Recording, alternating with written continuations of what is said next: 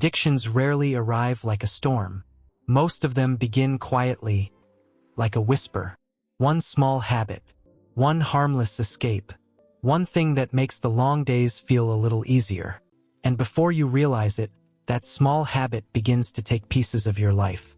Your time, your attention, your relationships. Until one day you look around and realize something terrifying. You didn't lose everything at once. You lost it little by little. Maybe this feels familiar. Maybe there's something in your life that slowly started taking more than it gave. This is the story of a man who thought he was in control of his addiction, until a single moment forced him to see the damage he had been ignoring for years.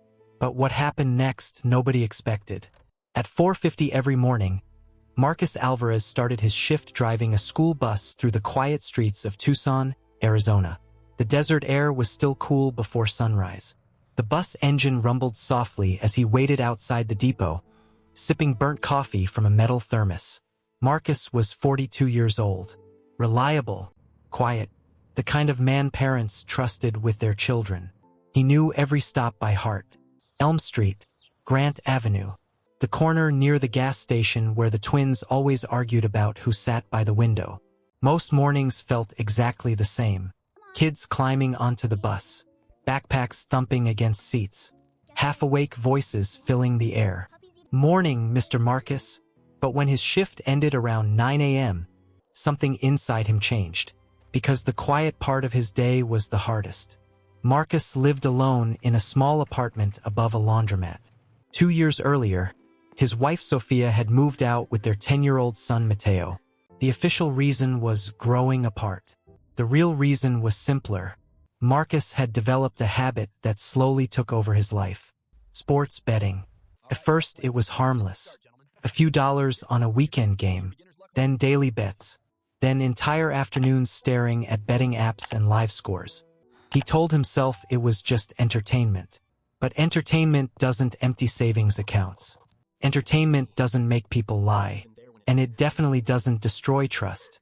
Sophia once said something that stuck with him. "You're not addicted to gambling," she told him quietly.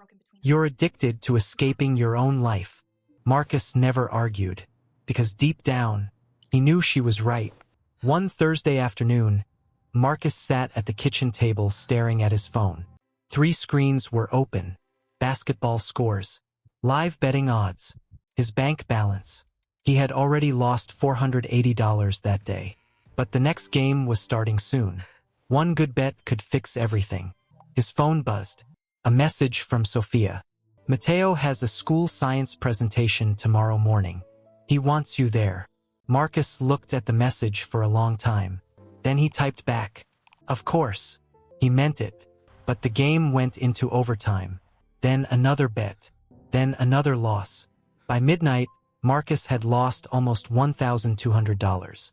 His chest felt tight. But the real damage came the next morning. At 8:35 a.m., while driving the bus, he saw a familiar building through the window. Mateo's school. Children walked inside carrying backpacks and posters. Marcus slowed the bus slightly. Then he saw his son standing near the entrance holding a large science project board. Mateo looked around the crowd of parents. Waiting. Marcus's hands tightened on the steering wheel. He had forgotten. The bus rolled past the school. In the mirror, he saw Mateo still standing there, looking for him. And for the first time, Marcus felt something worse than losing money. He felt shame. That evening, Marcus sat alone on the balcony outside his apartment. The desert sunset painted the sky orange and purple. Below him, the laundromat machines hummed loudly. His phone rested on the table. The betting app icon glowed quietly on the screen. Just one tap away. His mind began the familiar argument. You can win it back. You just had bad luck. One more bet. Marcus stared at the city lights flickering on in the distance. Then he opened his messages. There was a photo Sophia had sent earlier. Mateo standing beside his science project. The title read, "How Habits Shape Human Behavior." Marcus exhaled slowly. Of all topics in the world, his son had chosen that. He zoomed in on the poster. There was a line written in large marker. Habits become powerful when we stop noticing them. Marcus leaned back in his chair. The desert air had turned colder. For the first time in years, he realized something uncomfortable. His addiction wasn't really about gambling. It was about numbing disappointment. When the divorce started, when life became quiet, when loneliness crept in, the bets filled the silence. And silence can be terrifying when you're avoiding the truth. Researchers say the average smartphone user checks their device over 90 times a day. Marcus realized something similar had happened to him. Not with his phone, but with gambling. Every small bet gave him a momentary escape. And slowly, those moments added up to years. Then he remembered Mateo's face outside the school. Waiting, Marcus picked up his phone. His thumb hovered over the betting app. For the first time in years, he didn't open it. He deleted it. But breaking an addiction isn't a single moment. It's 1,000 uncomfortable ones. 3 weeks later, Marcus sat in a dim sports bar after work. Televisions covered every wall. Fans shouted at screens. The smell of fried food and beer filled the air. Marcus hadn't gambled in 21 days. But tonight was different. A big championship game was starting. His old friends were there. "Marcus," one of them called. "Come on, we're putting money on this one." Marcus forced a smile.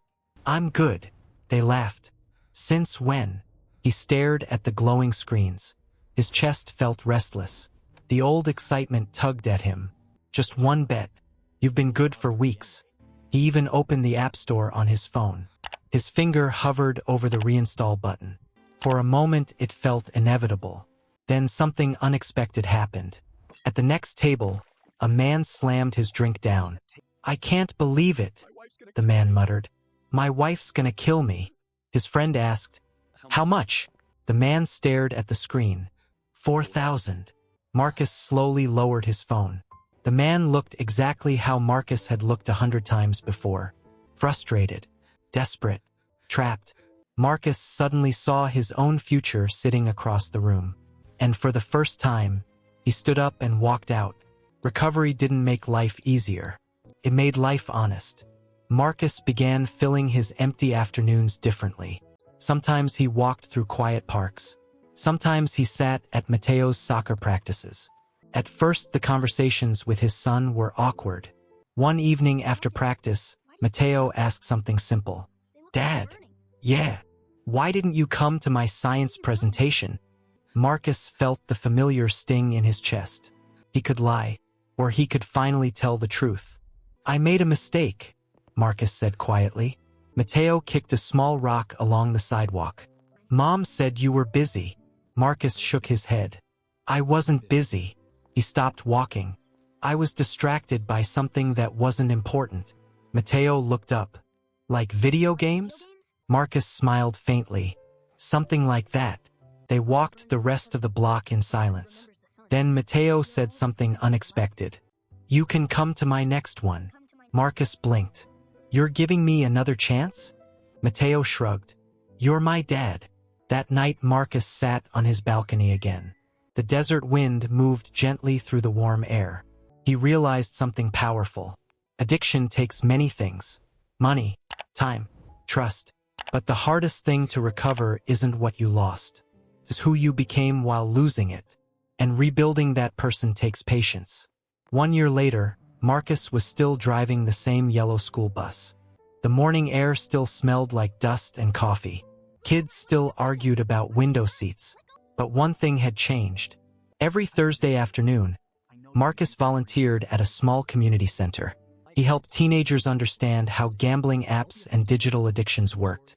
One evening, a nervous high school student approached him after the talk. "Did you ever actually beat it?" the student asked. Marcus thought for a moment. "I didn't beat it," he said honestly. "I just stopped pretending it was harmless." Across the room, Mateo sat doing homework at a table. Marcus waved at him. Mateo waved back. The life Marcus had now wasn't dramatic, but it was real. And sometimes the greatest victories aren't loud. They're quiet decisions repeated every single day. Addiction rarely looks dangerous in the beginning. Most destructive habits arrive disguised as relief. a way to relax, a way to escape stress, a way to avoid uncomfortable emotions. But the truth is simple. Anything that controls your time eventually controls your life. Marcus didn't change because someone forced him. He changed because he finally saw the cost. And sometimes that awareness is the moment everything begins to shift. Here's something powerful to remember. If a habit takes just 2 hours from you every day, that's 730 hours a year. Almost an entire month of your life gone. So here's something you can try tonight. Write down one habit in your life that quietly takes more than it gives. Then ask yourself one honest question. Is this helping the life I want or stealing it? I'd love to hear your answer in the comments. And remember, the smallest decision today can quietly rebuild your tomorrow.